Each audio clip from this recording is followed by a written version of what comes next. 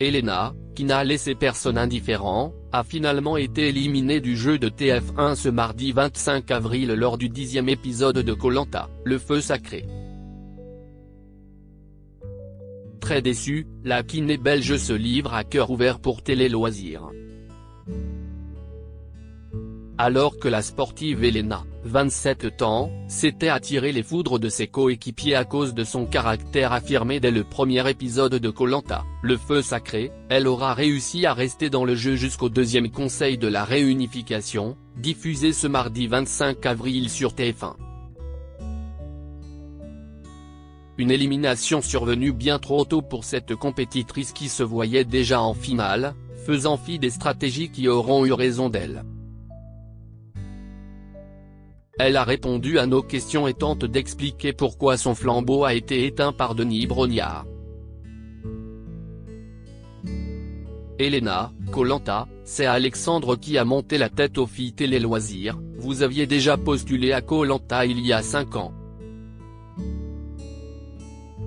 Qu'est-ce qui a fait la différence pour que vous soyez prise cette fois? Elena, depuis, j'ai monté mon entreprise avec mon frère. J'avais toujours en tête de participer. C'était le bon moment. J'ai mis tout ce qui était possible dans ma candidature. Peut-être avec plus de maturité parce que j'avais 22 ans la première fois.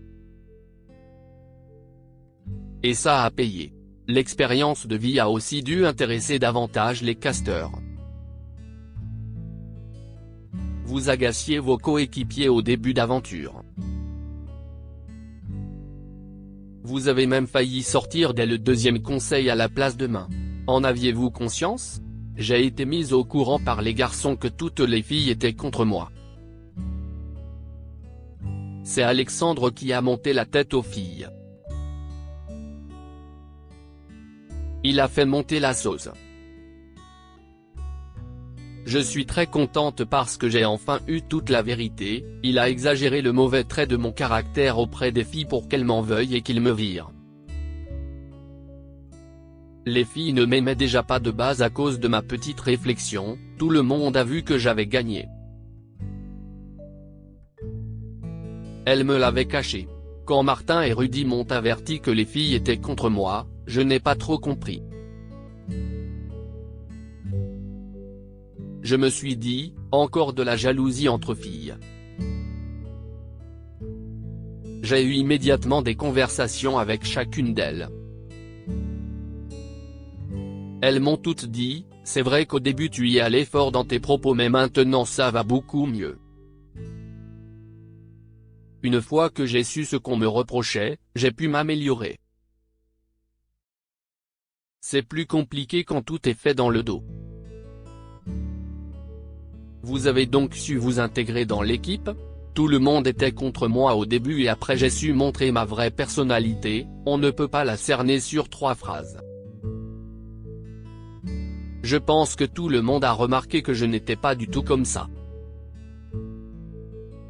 J'étais plutôt sociable. Elena éliminée de Koh-Lanta 2023, cela arrangeait tout le monde de virer quelqu'un de fort. Contrairement aux compétitions sportives auxquelles vous êtes habitués, la stratégie reste une partie intégrante du jeu télévisé. Oui, c'est clair que la stratégie est une grosse partie. J'ai tout de suite compris que j'étais beaucoup plus forte en sport qu'en stratégie. Quand je suis sorti du jeu, Denis m'a dit: mais Elena, niveau sport vous étiez dans le TGV mais niveau stratégie vous étiez toujours sur le quai du train. Ça m'a vraiment percuté parce que je me suis dit qu'il y avait une trop grosse différence entre les deux.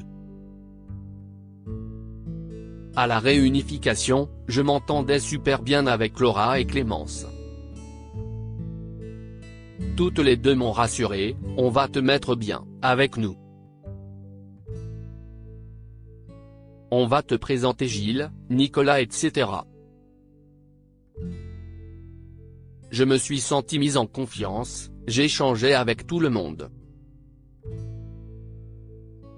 Mais je pense que cela arrangeait tout le monde de virer quelqu'un de fort. J'ai eu écho, quand j'ai réussi la deuxième épreuve statique, qu'ils se sont dit, oula, elle, sur les poteaux elle va faire mal. Donc ils avaient voté soit contre moi, soit contre Clémence. Même si je m'entendais bien avec tout le monde, avoir une place en plus sur le podium, c'est chouette. Vous êtes sorti très déçu du conseil. À qui en voulez-vous le plus? Je ne me sentais pas du tout sur la sellette au début et quand j'ai vu que ça manigançait à droite et à gauche et que Clémence a gagné le totem, je me suis dit que ça serait moi. J'étais sûr que Laura et Gilles ne voteraient pas contre moi. Je ne savais pas ce qu'il en était de Nicolas. L'excuse de Gilles et Laura de ne pas se mettre les jaunes à dos était un calcul pour plus tard et pas un vote de leur plein gré. J'étais un peu déçu d'eux.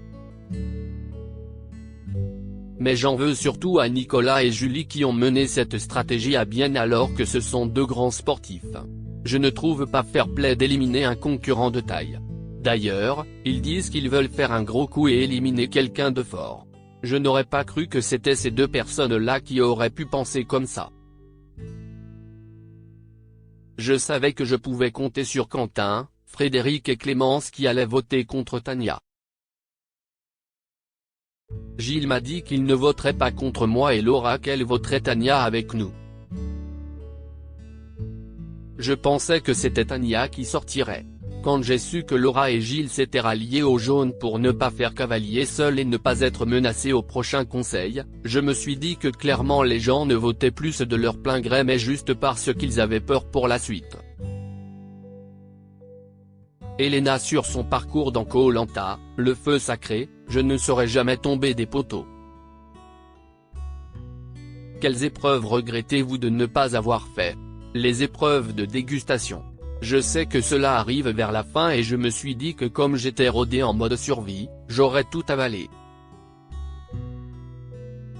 J'étais prête à tout. Et les poteaux. Jamais je ne serais tombé. Je suis tellement droite et statique. C'est horrible de ne pas avoir eu l'opportunité de le faire mais ce n'est pas moi qui suis sorti parce que j'ai perdu sur une épreuve mais parce que tout le monde l'a décidé. Vous aviez peur d'attraper des caries. Avez-vous fait un bilan de santé au retour?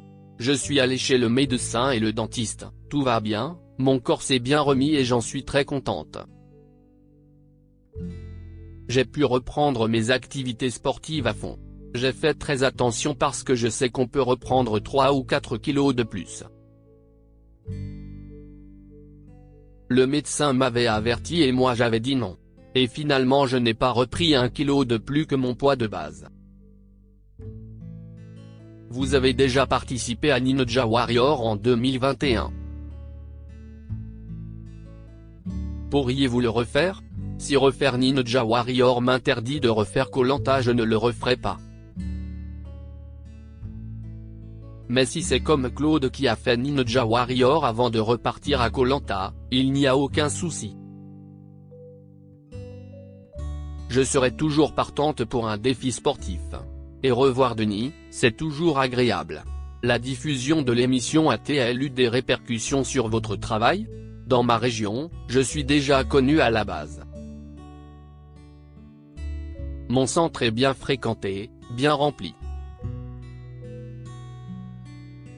Mais quand on voit Elena de Koh-Lanta, il y a toujours des petits curieux qui viennent parce qu'ils sont fans de l'émission donc je pense que ça a donné un petit coup de pouce. La visibilité aide toujours pour le business. À lire aussi Julie de Bever, Koh-Lanta, revient sur l'élimination d'Anne-Sophie, j'avais le sentiment qu'elle m'avait mené en bateau.